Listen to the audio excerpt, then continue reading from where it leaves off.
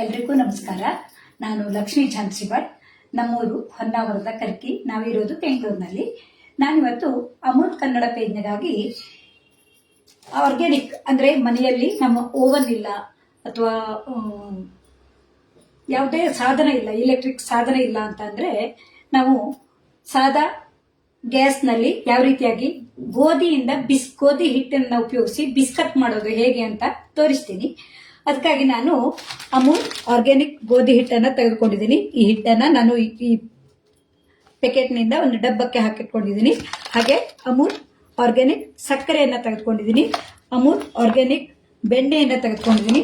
ಹಾಗೆ ಸ್ವಲ್ಪ ಹಾಲನ್ನು ನಾನು ಕುದಿಸಿಟ್ಕೊಂಡಿದ್ದೀನಿ. ಇದನ್ನ ಪ್ಯಾಕೆಟ್ ಅನ್ನ ಖಾಲಿ ಮಾಡಿ ಇಲ್ಲಿ ಹಾಲನ್ನ ಕುದಿಸಿಟ್ಕೊಂಡಿದ್ದೀನಿ. ಈ ಅಮೂಲ್ ಪ್ರಾಡಕ್ಟ್ ಅನ್ನ ಇವಿಷ್ಟನ್ನ ಉಪಯೋಗಿಸಿ ನಾನು ಬಿಸ್ಕತ್ ಮಾಡಿದ್ದು ಹೇಗೆ ಅಂತ ತೋರಿಸ್ತೀನಿ. ನನ್ನದೇ ಆದ ವಿಧಾನದಲ್ಲಿ ನಾನು ಇವತ್ತು ಒಂದು ಇನ್ನೋವೇಟಿವ್ ತರ ಮಾಡುವ ಅಂತೇಳಿ ಮಾಡಿದ್ದೆ. ಸಾಧಾರಣ ಚೆನ್ನಾಗಿ ಬಂದಿತ್ತು. ಅದೇ ರೀತಿಯನ್ನ ತೋರಿಸ್ತೀನಿ. ಈಗ ಏನೇನು ಸಾಮಾನು ಉಪಯೋಗಿಸಿದ್ದೀನಿ ಅನ್ನೋದನ್ನು ಸಹ ನೋಡೋಣ ಬನ್ನಿ. ಇದಕ್ಕಾಗಿ ನಾನಿಲ್ಲಿ ಈ ಅಮೂಲ್ ಗೋಧಿ ಹಿಟ್ಟನ್ನ 1 ಕಪ್ ಆಗುವಷ್ಟು ತಗೊಂಡಿದ್ದೀನಿ. ಒಂದು ಅರ್ಧ ಕಪ್ ಆಗುವಷ್ಟು ಅಮೂಲ್ ಸಕ್ಕರೆಯನ್ನು ತಗೊಂಡಿದ್ದೀನಿ.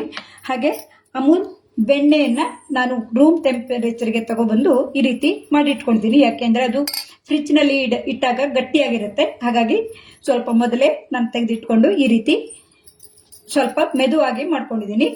ಈಗ ಇದಕ್ಕೆ ನಾವು ಸಕ್ಕರೆಯನ್ನ ಹಿಟ್ಟು ಮಾಡಿ ಹಾಕಬೇಕು. ಹಾಗಾಗಿ ಮೊದಲಿಗೆ ನಾನಿಲ್ಲಿ ಈಗಾಗಲೇ ಒಂದು ಸ್ವಲ್ಪ ಮಾಡಿ ನೋಡೋಣ ಅಂತೇಳಿ ಮಾಡಿದ್ದಿತ್ತು. ಹಾಗಾಗಿ ಅದೇ ಮಿಕ್ಸರ್ ಪಾತ್ರೆಗೆ ಸಕ್ಕರೆಯನ್ನು ಹಾಕೋತೀನಿ. 1 ಲೋಟಕ್ಕೆ ಸುಮಾರು ಒಂದು ಅರ್ಧ ಲೋಟ ಆಗುವಷ್ಟು ಈ ಅಮೂಲ್ ಆರ್ಗ್ಯಾನಿಕ್ ಸಕ್ಕರೆ ಸಾಕಾಗುತ್ತೆ. ಇದನ್ನ ಪುಡಿ ಮಾಡ್ಕೊಳ್ಳೋಣ.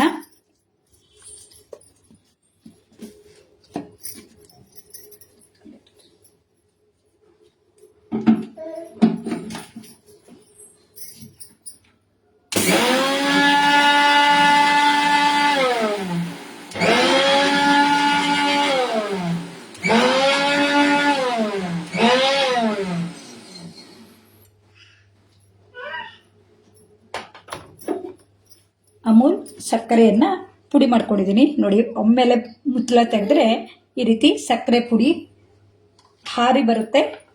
ನಮ್ಮ ಉಸಿರಿಗೆ ಹೋಗುವ ಸಂಭವನೂ ಇರುತ್ತೆ. ಹಾಗಾಗಿ ನಿಧಾನವಾಗಿ ಮಾಡ್ಕೋಬೇಕು. ನಾನಿಲ್ಲಿ ಸುಮಾರು 3 ಚಮಚ ಆಗುವಷ್ಟು ಬೆಣ್ಣೆಯನ್ನ ತೆಗೆದುಕೊಂಡಿದ್ದೀನಿ. ಅಂದಾಜಿಗೆ ಮಾಡ್ತಾ ಇರುವಂತದ್ದು. ಇಲ್ಲಾಂದ್ರೆ ನಾವು ಇನ್ನು ಜಾಸ್ತಿ ಬೇಕಾದ್ರೆ ನೋಡೋಣ. ಈಗ ಇದಕ್ಕೆ ಈ ಸಕ್ಕರೆ ಪುಡಿಯನ್ನ ಹಾಕೊಳ್ಳೋಣ. ನಾನು ಸೋಡಾನು ಹಾಕ್ತಾ ಇಲ್ಲ, ಹಾಗೇನೆ ಮಾಡಿದ್ರು ಚೆನ್ನಾಗಿ ಬಂದಿತ್ತು. ಹಾಗಾಗಿ ಸೋಡಾ ಹಾಕ್ತೇನೆ ಮಾಡ್ತಾ ಇದ್ದೀನಿ. ಈ ಸಕ್ಕರೆ ಪುಡಿಯನ್ನು ಹಾಕೊಂಡು ನಾವು ಇದನ್ನ ಈ ಸ್ಪೂನ್ ಸಹಾಯದಿಂದ ಅಥವಾ ಯಾವ್ದಾದ್ರು ಬೀಟರ್ ಇದ್ರೆ ಅದರಿಂದ ಈ ಬೆಣ್ಣೆ ಮತ್ತು ಸಕ್ಕರೆಯನ್ನ ಚೆನ್ನಾಗಿ ಮಿಕ್ಸ್ ಮಾಡ್ಕೋಬೇಕು.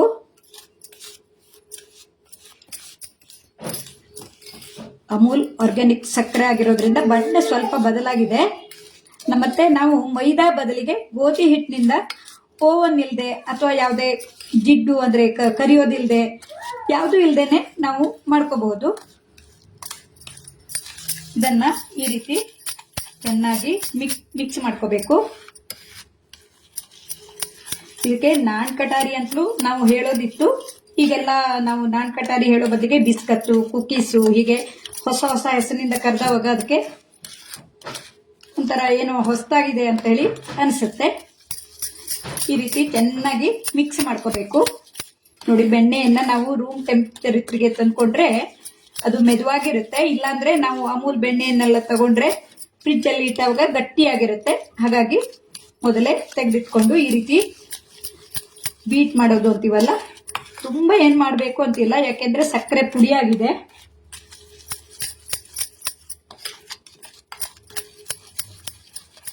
ಈ ರೀತಿ ಮಾಡಿಕೊಂಡು ನಾವು ಇದಕ್ಕೆ ಸ್ವಲ್ಪ ಕೊಬ್ಬರಿಯನ್ನ ಹಾಕೊಳ್ಳೋಣ. ಬೇಕಿದ್ರೆ ಗೋಡಂಬಿ ಪೀಸ್ಗಳನ್ನು ಹಾಕೋಬಹುದು.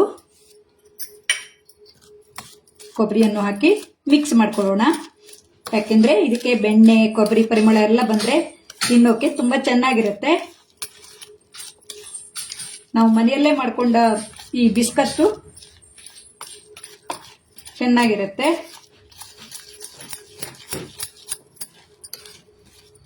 ಈ ರೀತಿ ಮಿಕ್ಸ್ ಆದ ನಂತರ ಇದಕ್ಕೆ ಈ ಗೋಧಿ ಹಿಟ್ಟನ್ನ ಸಾಧಾರಣ 1 ಕಪ್ ಬೇಕಾಗತ್ತೆ, ಹೆಚ್ಚಿಗೆ ಬೇಕಾದ್ರೂ ನಾವು ನೋಡ್ಕೊಂಡು ಹಾಕೊಳ್ಳೋಣ. ಸ್ವಲ್ಪ ಸ್ವಲ್ಪವನ್ನೇ ಹಾಕೋತಾ ಇದನ್ನ ಕೈಯಿಂದಾನೇ ಮಿಕ್ಸ್ ಮಾಡ್ಕೋಬೇಕು.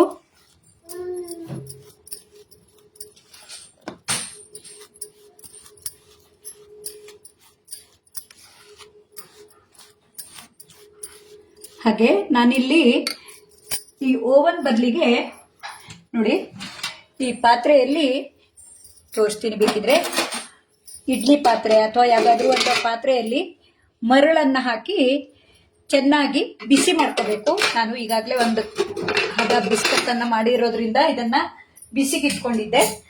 ಇದು ತುಂಬಾ ಬಿಸಿ ಇರುತ್ತೆ, ನೋಡಿಕೊಂಡು ನಾವು ಕೈ ಎಲ್ಲ ತಾಗಿಸ್ಕೊಂಡ್ರೆ ತುಂಬಾ ಬಿಸಿಯಾಗಿರೋದ್ರಿಂದ ಕೈ ಸುಡುವ ಸಂಭವ ಇರುತ್ತೆ. ಆದ್ರೂ ಸಣ್ಣ ಉರಿಯಲ್ಲಿ ನಾನು ಬಿಸಿಗೆ ಇಟ್ಕೊಂಡಿದ್ದೀನಿ. ಈಗಾಗಲೇ ಬಿಸಿ ಆಗಿದೆ. ಈ ಹಿಟ್ಟನ್ನ ನಾವು ಮತ್ತೊಮ್ಮೆ ಕಲಿಸ್ಕೊಳ್ಳೋಣ.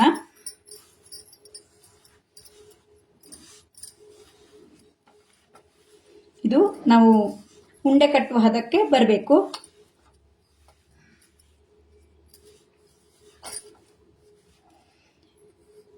ಗೋಧಿ ಹಿಟ್ಟು ಮತ್ತು ಆರ್ಗ್ಯಾನಿಕ್ ಸಕ್ಕರೆ ಆಗಿರೋದ್ರಿಂದ ತುಂಬಾ ಬೆಳ್ಳಗೆ ಕಾಣಿಸೋಲ್ಲ.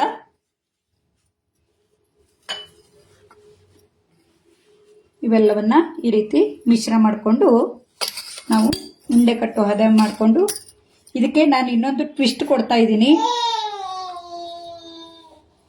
ಹೀಗೆ ನೋಡ್ತಾ ಇರುವಾಗ ಇದರಲ್ಲಿ ಸ್ವಲ್ಪ ಭಿನ್ನವಾಗಿ ಮಾಡೋಣ ಅಂತೇಳಿ ಈಗ ಗೋಧಿ ಹಿಟ್ಟು ಮಿಶ್ರ ಆಗ್ತಾ ಇದೆ. ಇಷ್ಟನ್ನು ಹಾಕೊಂಡ್ಬಿಡ್ತೀನಿ, ಯಾಕೆಂದ್ರೆ ಸಕ್ಕರೆ ಹಿಟ್ಟನ್ನು ನಾನು ಅರ್ಧ ಕಪ್ ಆಗುವಷ್ಟು ಹಾಕೊಂಡಿದ್ದೀನಿ. ಇದನ್ನ ಹೀಗೆ ಮಾಡಿಕೊಂಡು ಸ್ವಲ್ಪವನ್ನ ಬೇರೆ ತೆಗೆದಿಟ್ಕೋತೀನಿ.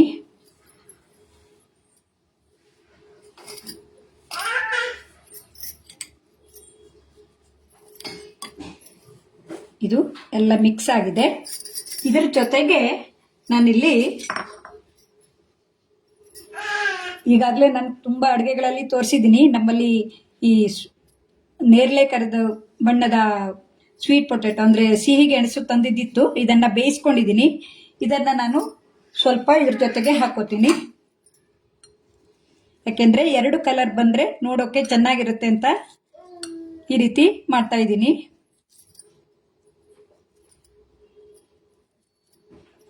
ಸ್ವಲ್ಪ ಬಣ್ಣ ಬರಲಿ ಅಂತ ಈ ನೇರಳೆ ಬಣ್ಣದ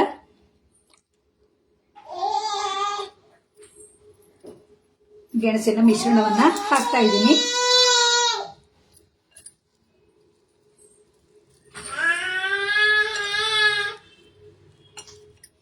ಇದು ತುಂಬಾ ಮೃದುವಾಗಿದ್ದಾದ್ರೆ ಚೆನ್ನಾಗಿರುತ್ತೆ. ಸ್ವಲ್ಪ ಗಟ್ಟಿ ಇದ್ರೆ ನಮ್ಗೆ ಕೈಯಿಂದ ಹಿಸ್ಕೋಕೆ ಬರೋಲ್ಲ, ಮತ್ತೆ ಮಿಕ್ಸಿಗೆ ಹಾಕಬೇಕು. ನಾನು ಸ್ವಲ್ಪ ಮೆದುವಾಗಿರುವಂತಹ ಈ ಸಿಹಿ ಗೆಣಸಿನ ಪುಡಿಯನ್ನೇ ಹಾಕ್ತೀನಿ.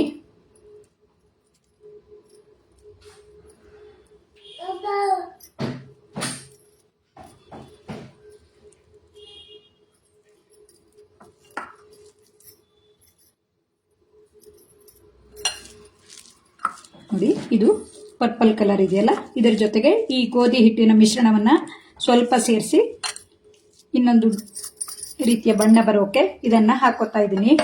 ಸ್ವಲ್ಪವನ್ನ ಇದರ ಜೊತೆಗೆ ಹಾಕೋತೀನಿ. ನೀವು ಬೇಕಿದ್ರೆ ಇದಕ್ಕೆ ಕೋಕೋ ಪುಡಿ ಅಥವಾ ಚಾಕ್ಲೇಟ್ ಪುಡಿಯನ್ನ ಸಹ ಹಾಕೋಬಹುದು. ನಾನು ಅದರ ಬದಲಿಗೆ ಈ ರೀತಿಯಾಗಿ ಪರ್ಪಲ್ ಕಲರ್ ಗೆಣಸಿನ ಹಿಟ್ಟನ್ನ ಹಾಕ್ತಾ ಇದ್ದೀನಿ.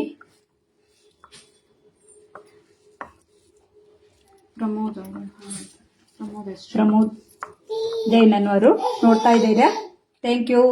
ಲೈವ್ ಅಲ್ಲಿ ನಾನು ಬರ್ತೀನಿ ಅಂತ ಯಾರಿಗೂ ಹೇಳೋಕೆ ಸಾಧ್ಯನೇ ಆಗಿರ್ಲಿಲ್ಲ, ಸ್ವಲ್ಪ ಬ್ಯುಸಿ ಆಗಿದ್ದೆ. ಇದು ಉಂಡೆ ಕಟ್ಟೋ ಹದಕ್ಕೆ ನಾವು ಕಲಿಸ್ಕೋಬೇಕು.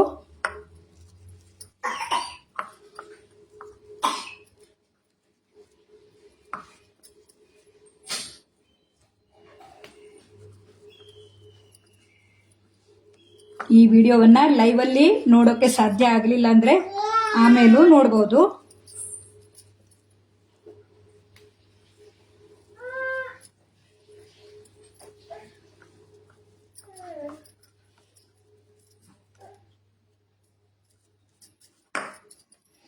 ಇನ್ನೊಂದು ಸ್ವಲ್ಪ ಹಾಕೊಂಡ್ಬಿಡ್ತೀನಿ, ಮೆದುವಾಗಿದೆ. ಯಾಕೆಂದ್ರೆ ನಾವು ಗೆಣಸನ್ನ ಹಾಕಿರೋದ್ರಿಂದ ಸ್ವಲ್ಪ ಮೆದುವಾಗಿ ಬರುತ್ತೆ.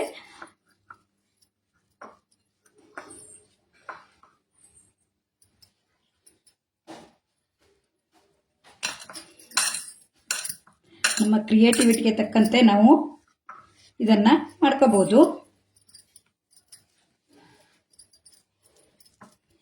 ಇಲ್ಲಾಂದ್ರೆ ಇದಕ್ಕೆ ನಾವು ಉಂಡೆ ಕಟ್ಟಿ ಹಾಗೆ ಬಿಸ್ಕತ್ ತರ ಇಡಬಹುದು. ಆದ್ರೆ ಇದೊಂದು ಬೇರೆ ರೀತಿಯಾಗಿ ಇರಲಿ ಅಂತ ನಾನು ಇದೊಂದು ಹೊಸ ಪ್ರಯೋಗವನ್ನ ಮಾಡಿದ್ದೆ. ಚೆನ್ನಾಗಿ ಬಂದಿತ್ತು, ತೋರಿಸ್ತೀನಿ ನೋಡಿ. ಇದು ಈ ಬಣ್ಣದಾಯ್ತು. ಈಗ ಇದಕ್ಕೆ ಸ್ವಲ್ಪ ಹಾಲಿನ ಕೆನೆಯನ್ನ ಹಾಕೊಳ್ಳೋಣ. ಯಾಕೆಂದ್ರೆ ಇದು ಮೆದುವಾಗಿ ಬರೋಕೆ ನಾನು ಹಾಲನ್ನ ಕಾಯಿಸಿಟ್ಟಿದ್ದೀನಲ್ಲ, ಹಾಲನ್ನ ಹಾಕಿದ್ರೆ ತುಂಬಾ ಮೆದುವಾಗಿ ಬರುತ್ತೆ. ಹಾಗಾಗಿ ಹಾಲಿನ ಕೆನೆಯನ್ನ ತಗೊಳ್ತಾ ಇದ್ದೀನಿ. ತುಂಬಾ ಹಾಕೊಳ್ಳೋದು ಬೇಡ, ಇದು ಮೆದುವಾಗಿ ಬರೋ ತನಕ ಹಾಕೊಂಡ್ರೆ ಸಾಕು.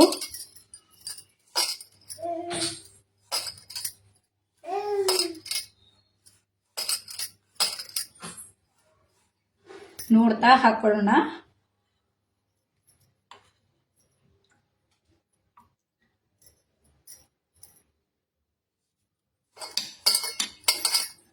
ಹಾಲಿನ ಕೆನೆಯನ್ನು ಹಾಕಿದವಾಗ ಇದಕ್ಕೆ ಪರಿಮಳ ಜಾಸ್ತಿ ಆಗಿರುತ್ತೆ. ಇದನ್ನು ಅಷ್ಟೇ ನಾವು ಉಂಡೆ ಕಟ್ಟುವ ಹದಕ್ಕೆ ಮಾಡ್ಕೋಬೇಕು.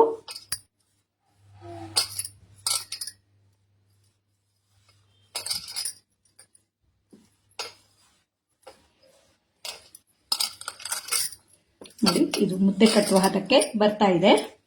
ಈ ರೀತಿ ನಾದ್ದಾಗ ಮುದ್ದೆಯಾಗಿ ಬರುತ್ತೆ.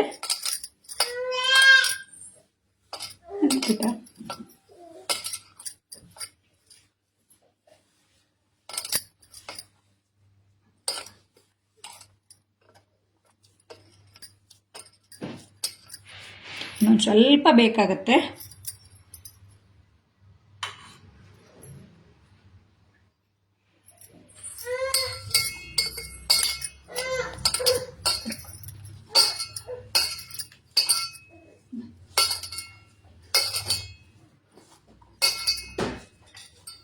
ಅಡುಗೆ ಮಾಡುವಾಗ ನಮಗೆ ಸ್ವಲ್ಪ ತಾಳ್ಮೆ ಬೇಕಾಗತ್ತೆ. ಯಾಕೆಂದ್ರೆ ಇದು ಲೈವ್ ಅಡುಗೆ ಮಾಡ್ತಾ ಇರೋದ್ರಿಂದ ಯಾವುದೇ ಎಡಿಟ್ ಏನು ಮಾಡೋಕ್ಕಾಗ್ದೇನೆ ನಾವು ಮಾಡ್ತಾ ಇರುವಂಥದ್ದು. ಈಗ ಉಂಡೆ ಕಟ್ಟೋ ಹದಕ್ಕೆ ಬಂದಿದೆ ನೋಡಿ. ಈ ರೀತಿ ಉಂಡೆ ಕಟ್ಟೋ ಹದಕ್ಕೆ ಬಂದಿದೆ. ಈಗ ನಾನು ಈಗಾಗಲೇ ಒಂದು ರೀತಿಯಲ್ಲಿ ಮಾಡಿದ್ದೀನಿ. ಇದನ್ನ ಇನ್ನೊಂದು ರೀತಿಯಲ್ಲಿ ಮಾಡಿ ತೋರಿಸ್ತೀನಿ.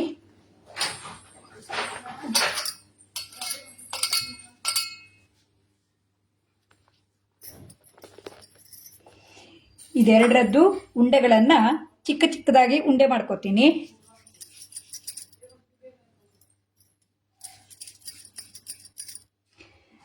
ನಮ್ಮ ಕ್ರಿಯೇಟಿವಿಟಿ ತಕ್ಕಂತೆ ಬೇರೆ ಬೇರೆ ರೀತಿ ಮಾಡಬಹುದು ಅಂತ ಈ ರೀತಿಯಾಗಿ ತೋರಿಸ್ತಾ ಇದ್ದೀನಿ.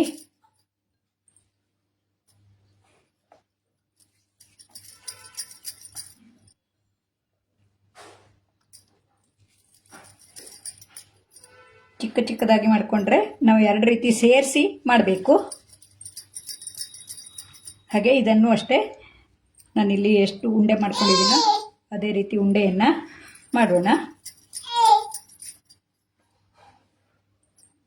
ಇಲ್ಲಾಂದ್ರೆ ಇದನ್ನ ಉದ್ದುದ್ದ ಮಾಡಿಕೊಂಡು ಎರಡನ್ನು ಸೇರಿಸಬೇಕು. ಅದನ್ನು ನಾನು ಪ್ರಾಯೋಗಿಕವಾಗಿ ತೋರಿಸ್ತೀನಿ.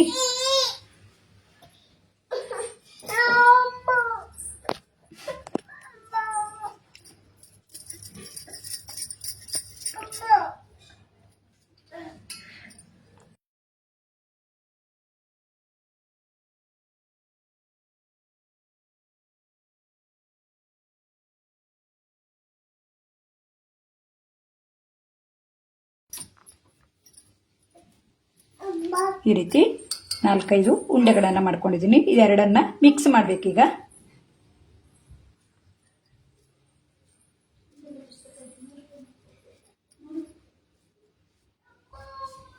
ಈ ರೀತಿ ಉಂಡೆಗಳನ್ನು ಮಾಡಿಕೊಂಡೆ. ಈಗ ಈ ಉಂಡೆಗಳೆರಡನ್ನು ನಾವು ಸೇರಿಸಬೇಕು. ಈ ರೀತಿ ಎರಡು ಉಂಡೆಗಳನ್ನು ಸೇರಿಸಬೇಕು. ಆಗ ಎರಡು ಬಣ್ಣದ ಒಂದೊಂದು ಕಡೆ ಒಂದೊಂದು ರೀತಿಯಾದ ಈ ಬಿಸ್ಕತ್ ಆಗಿರುತ್ತೆ ನೋಡಿ. ಒಂದ್ ಕಡೆ ಬಣ್ಣ, ಇನ್ನೊಂದು ಕಡೆ ಇನ್ನೊಂದು ಬಣ್ಣ ಬಂದಿರುತ್ತೆ. ಈ ರೀತಿ ಮಾಡ್ಕೋಬಹುದು.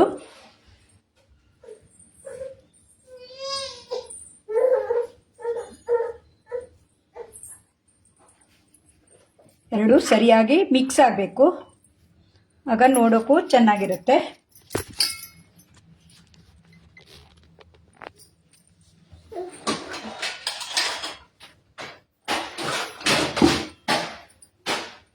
ನೋಡಿ, ಈ ರೀತಿ ನಾವು ರೆಡಿ ಮಾಡ್ಕೋಬೇಕು. ಒಂದು ಕಡೆ ಒಂದು ಬಣ್ಣ, ಇನ್ನೊಂದು ಕಡೆ ಇನ್ನೊಂದು ಬಣ್ಣ ಇರುತ್ತೆ. ಈ ರೀತಿ ಪ್ರೆಸ್ ಮಾಡ್ಕೋಬಹುದು.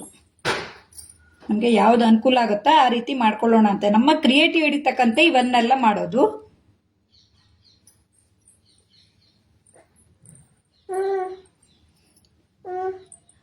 ಮೂರು ಲೇಯರು ಮಾಡ್ಕೋಬಹುದು.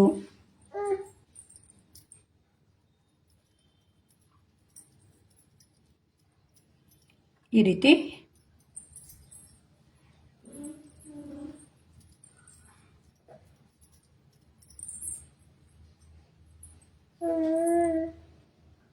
ಮಾಡಿಕೊಂಡು ನಾನೀಗ ಸ್ವಲ್ಪನೇ ಮಾಡಿ ತೋರಿಸ್ತೀನಿ. ಯಾಕೆಂದ್ರೆ ತುಂಬ ಮಾಡ್ತಾ ಇದ್ರೆ ಸುಮ್ಮನೆ ಲೈವ್ ಆಗಿರೋದ್ರಿಂದ ಸಮಯ ಹಾಳಾಗುತ್ತೆ. ಮತ್ತೆ ಇನ್ನೊಂದು ರೀತಿ ಹೇಳೋದು ಅಂದ್ರೆ, ನಾನು ನೋಡಿ ಇದನ್ನ ಉದ್ದುದ್ದ ಮಾಡ್ಕೋಬೇಕು. ಈ ರೀತಿ ಉದ್ದುದ್ದ ಮಾಡಿಕೊಂಡು ಇದನ್ನು ಹಾಗೆ ಉದ್ದನಾಗಿ ಮಾಡ್ಕೋಬೇಕು.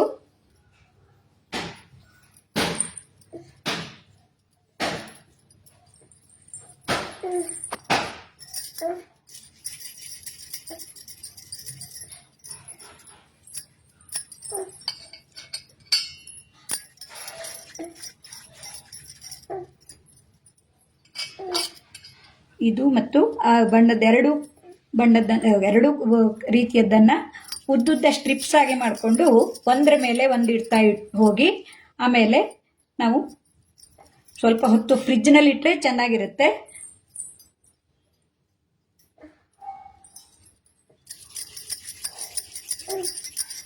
ತೋರಿಸ್ಬಿಡ್ತೀನಿ. ಸಮಯ ಆಗತ್ತೆ ಅಂತ ನಾನು ಸುಮ್ಮನೆ ಬೇಡ ಅಂತೇಳಿ ಅದೊಂದು ರೀತಿ ತೋರಿಸ್ತಾ ಇದ್ದಿದ್ದೆ, ಆದ್ರೂ ಮಾಡಿಬಿಡೋಣ.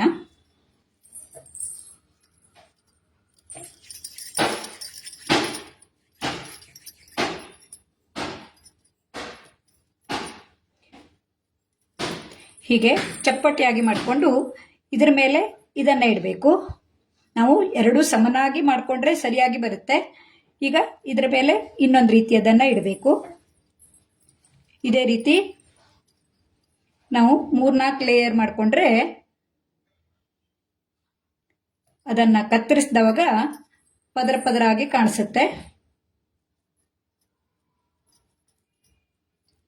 ಈ ರೀತಿ ನಾವು ನಮಗೆ ಬಿಸ್ಕತ್ತು ಎಷ್ಟು ದಪ್ಪನಾಗಿ ಬೇಕು ನೋಡಿಕೊಂಡು ಈಗ ಎರಡೂ ಕಡೆ ಪ್ರೆಸ್ ಮಾಡಿ ಇದನ್ನು ಫ್ರಿಜ್ಜಲ್ಲಿ ಇಟ್ಟರೆ ಸರಿಯಾಗಿ ಹೊಂದ್ಕೊಳ್ಳುತ್ತೆ. ಅಂದರೆ ನಾವು 3-4 ಲೇಯರ್ ಇರೋದ್ರಿಂದ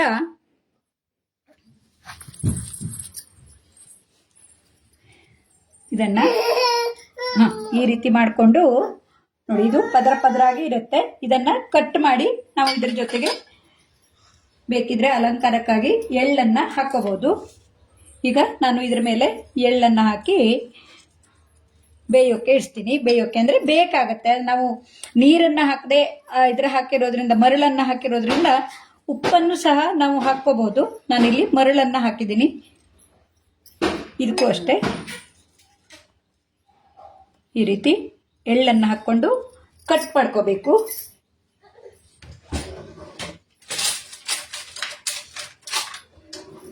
ಇದು ಉದ್ದ ಲೇಯರ್ ಮಾಡಿಕೊಂಡ್ರೆ ನಾವು ಈ ರೀತಿ ನಾವು ಬಿಸ್ಕತ್ ಆಕಾರಕ್ಕೆ ಬೇಕಾಗುವ ಹಾಗೆ ಕಟ್ ಮಾಡಿಕೊಂಡು ಇದನ್ನು ಈ ಓವನ್ನಲ್ಲಿ, ಅಂದರೆ ನಾವು ದೇಸಿ ಓವನ್ ಅಂತ ಹೇಳ್ಬೋದು, ಹೆಚ್ಚಿಗೆ ಖರ್ಚಿಲ್ಲದೆ ಇರುವಂತಹ ಓವನ್ ಆಗಿರುತ್ತೆ. ಇದರಲ್ಲಿ ಇದು ತುಂಬ ಬಿಸಿಯಾಗಿದೆ. ಇದರಲ್ಲಿ ನಾವು ಹೀಗೆ ದೂರನಾಗಿ ಇಡೋಣ.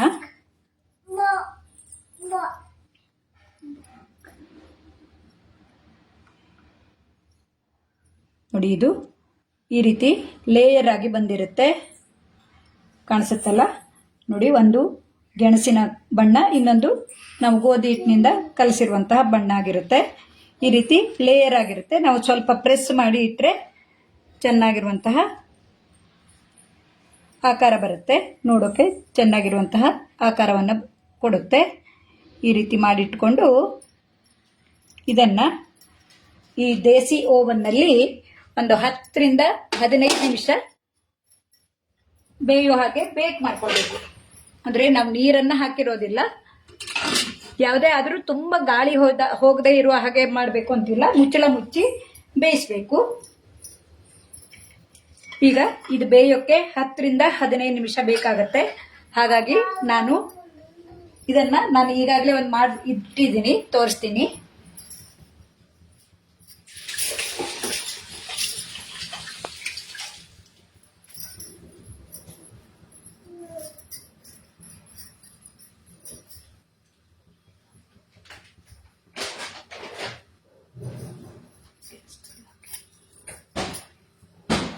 ಈಗ ಇವನ್ನೆಲ್ಲ ನಾನು ಆಮೇಲೆ ಮಾಡ್ತೀನಿ, ಯಾಕೆಂದ್ರೆ ಇದು ಲೈವ್ ಶೋ ಆಗಿರೋದ್ರಿಂದ ಎಲ್ಲವನ್ನು ತೋರಿಸ್ತಾ ಇರೋಕೆ ಆಗೋಲ್ಲ. ಈಗಾಗಲೇ ನಾನು ನೋಡಿ ಈ ಬಿಸ್ಕತ್ ಅನ್ನ ಮಾಡಿ ಇಟ್ಕೊಂಡಿದ್ದೀನಿ. ಈ ರೀತಿ ನಾನು ಹೇಳಿದ್ನಲ್ಲ, ಪದ್ರ ಪದರಾಗಿ ಕಾಣಿಸುತ್ತೆ ಅಂತ. ನೋಡಿ, ಕಾಣಿಸ್ತಾ ಇದೆ ಅಲ್ವಾ? ನೋಡಿ, ಒಂದು 10 ರಿಂದ 15 ನಿಮಿಷ ಬೆಂದ್ರೆ ಈ ಬಿಸ್ಕತ್ತು ಓವನ್ ಇಲ್ಲದೆ ಸಿದ್ಧ ಆಗಿರುತ್ತೆ. ನಿಮಗೆ ಕಾಣಿಸ್ತಾ ಇರಬಹುದು. ಇದನ್ನ ನಾವು ಯಾವುದೇ ಸೋಡಾ ಏನನ್ನು ಹಾಕದೇನೆ ಮಾಡಿರುವಂಥದ್ದು. ತಿನ್ನೋಕೆ ತುಂಬಾ ಮೃದುವಾಗಿರುತ್ತೆ. ನೋಡಿ, ನಾನೀಗ ತಿಂದು ತೋರಿಸ್ತೀನಿ ಹೇಗಿತ್ತು ಅಂತ. ಅಂದ್ರೆ ಚೆನ್ನಾಗಿ ಬೆಂದು ಬಂದಿರುತ್ತೆ. ನಾವು ಈ ಪರ್ಪಲ್ ಕಲರ್ ಗೆಣಸನ್ನು ಹಾಕಿರೋದ್ರಿಂದ ಡಬಲ್ ಕಲರ್ ಆಗಿರುತ್ತೆ. ನಮ್ಮ ಕ್ರಿಯೇಟಿವಿಟಿ ತಕ್ಕಂತೆ ನಾವು ಬೇರೆ ಬೇರೆ ರೀತಿಯ ಪ್ರಯೋಗಗಳನ್ನ ಮಾಡಬಹುದು. ಇಲ್ಲಾಂದ್ರೆ ಸಾದಾ ಒಂದೇ ಗೋಧಿ ಹಿಟ್ಟು ಮತ್ತೆ ಸಕ್ಕರೆ, ಬೆಣ್ಣೆ ಅವನ್ನೆಲ್ಲ ಹಾಕಿ ಕಲಸಿ ನಾವು ಇದರಲ್ಲಿ 10 ರಿಂದ 15 ನಿಮಿಷ ಬೇಯಿಸ್ಕೊಂಡ್ರೆ ಓವನ್ ಇಲ್ಲದೆ ಮಾಡುವಂತಹ ಗೋಧಿ ಹಿಟ್ಟಿನ ಬಿಸ್ಕತ್ತು ಅಂದ್ರೆ ಆರೋಗ್ಯಕರವಾಗಿರುತ್ತೆ. ಇದು ಅಮೂಲ್ ಪ್ರಾಡಕ್ಟ್ ಅನ್ನ ಉಪಯೋಗಿಸಿರೋದ್ರಿಂದ ಎಲ್ಲ ಆರ್ಗ್ಯಾನಿಕ್ ಆಗಿರುವಂತದ್ದೇ ಇದೆ. ಗೋಧಿ ಹಿಟ್ಟು, ಸಕ್ಕರೆ ಇವೆಲ್ಲ ತುಂಬಾ ರುಚಿಯಾದ ಬಿಸ್ಕತ್ ಅನ್ನ ನಾವು ಮನೆಯಲ್ಲಿಯೇ ಮಾಡ್ಕೋಬಹುದು. ಇದನ್ನ ನಾವು ತುಂಬಾ ದಿನಗಳ ತನಕ ಸ್ಟೋರ್ ಮಾಡಿ ಇಟ್ಕೋಬಹುದು. ಇದೊಂದು ನನ್ನ ಆಧುನಿಕ ರೀತಿ ಅಂತ ಹೇಳಬಹುದು, ಅಥವಾ ನನಗೆ ತಿಳಿದಂತ ರೀತಿಯಲ್ಲಿ ಮಾಡಿ ತೋರಿಸಿದ್ದೀನಿ. ಓವನ್ ಇಲ್ಲದೆ ಯಾವ ರೀತಿಯಾಗಿ ಸುಲಭವಾಗಿ ಮಾಡಬಹುದು ಅಂತ. ಇದೊಂದು 10 ನಿಮಿಷ ಬೇಕು. ನೋಡಿ, ನಾವು ಆಗಾಗ ನೋಡ್ತಾ ಇರಬಹುದು, ಯಾಕೆಂದ್ರೆ ಇದಕ್ಕೇನು ಗಾಳಿ ಹಾಯ್ಬೇಕು ಅಂತಿಲ್ಲ, ಅಗಲ ಆಗ್ತಾ ಬರುತ್ತೆ. ಇದು ಸ್ವಲ್ಪ ನಾವು ಸೋಡಾ ಹಾಕದೇ ಇದ್ರಿಂದ ಸ್ವಲ್ಪ ಮೊದಲಿನ ಆಕಾರಕ್ಕಿಂತಲೂ ಸ್ವಲ್ಪ ಅಗಲ ಆಗಿ ಬರೋದ್ರಿಂದ ಚೆನ್ನಾಗಿ ಬೆಂದು ಬರುತ್ತೆ. ತುಂಬಾ ಹೊತ್ತು ಇಡೋದು ಬೇಡ. ಇದರ ಬಿಸಿಗೆ ಆಮೇಲೆ ಬೇಯುತ್ತೆ. 10 ರಿಂದ 15 ನಿಮಿಷ ನಮಗೆ ಅದು ಬೇಯುತ್ತಾ ಇಲ್ಲ ಗೊತ್ತಾಗತ್ತೆ. ನಾವು ಸ್ಪೂನ್ ನಿಂದ ನೋಡಿದಾಗ ಆಚೆ ಈಚೆ ಸರ್ದಾಡಿದ್ರೆ ಬೆಂದಿದೆ ಅಂತ ಅರ್ಥ. ಈ ರೀತಿಯಾಗಿ ನಾವು ಬೇಯಿಸ್ಕೊಂಡ್ರೆ ಎರಡೂ ಕಡೆ ಇರುವಂತಹ ಬೇರೆ ಬೇರೆ ಬಣ್ಣದ ಬಿಸ್ಕತ್ತು ತಯಾರಾಗಿರುತ್ತೆ. ನಾನಿಲ್ಲಿ ನೇರಳೆ ಬಣ್ಣದ ಸಿಹಿ ಗೆಣಸನ್ನು ಉಪಯೋಗಿಸಿ ಮಾಡಿದಂತಹ ಈ ಬಿಸ್ಕತ್ತಿನ ವಿಡಿಯೋವು ನಿಮಗೂ ಖುಷಿಯಾಗಿರ್ಬೋದು. ಇದೊಂದು ಲೈವ್ ವಿಡಿಯೋ ಆಗಿರೋದ್ರಿಂದ ನಾನು ಮೊದಲೇ ಮಾಡಿರುವಂತಹ ಈ ಬಿಸ್ಕತ್ ನಿಮಗೆ ತೋರಿಸ್ತಾ ಇದ್ದೀನಿ. ನಿಮ್ಮೆಲ್ಲರ ಪ್ರೋತ್ಸಾಹ ಇಂಥ ವಿಡಿಯೋ ಮಾಡೋಕ್ಕೆ ಉತ್ಸಾಹ ಕೊಡುತ್ತೆ. ಹಾಗೆ ಮುಂದಿನ ವಿಡಿಯೋದಲ್ಲಿ ಇನ್ನೂ ಹೆಚ್ಚಿನ ಹೊಸ ಹೊಸ ರೀತಿಯ ಅಡುಗೆಗಳನ್ನ ಅಮೂಲ್ ಪ್ರಾಡಕ್ಟ್ ಅನ್ನು ಉಪಯೋಗಿಸಿ ಮಾಡೋದನ್ನ ಹಂಚಿಕೊಳ್ತೀವಿ. ನಾನಷ್ಟೇ ಅಲ್ಲದೆ ತುಂಬಾ ಮಂದಿ ಅಮೂಲ್ ಕನ್ನಡ ಪೇಜ್ ನಲ್ಲಿ ಲೈವ್ ಆಗಿ ಅಡುಗೆ ಮಾಡುವುದನ್ನ ತೋರಿಸ್ತಾ ಇದ್ದಾರೆ. ಈ ಲೈವ್ ಅಲ್ಲಿ ಯಾರ್ಯಾರು ಬಂದು ನೋಡಿದಿರೋ ಅಥವಾ ಆಮೇಲೆ ನೋಡ್ತೀರೋ, ಹಾಗೆ ಇದೊಂದು ಮಾಡೋಕೆ ಅವಕಾಶವನ್ನು ಕೊಟ್ಟ ಅಮೂಲ್ ಕನ್ನಡ ಪೇಜ್ನ ನಂದಿನಿ ಮತ್ತು ಸಮೀರ್ ಅವರಿಗೆ ಧನ್ಯವಾದವನ್ನು ಹೇಳ್ತಾ, ಅಮೂಲ್ ಕನ್ನಡ ಪೇಜ್ನ ಎಲ್ಲ ತಂಡದವರಿಗೂ ಧನ್ಯವಾದಗಳು. Thank you.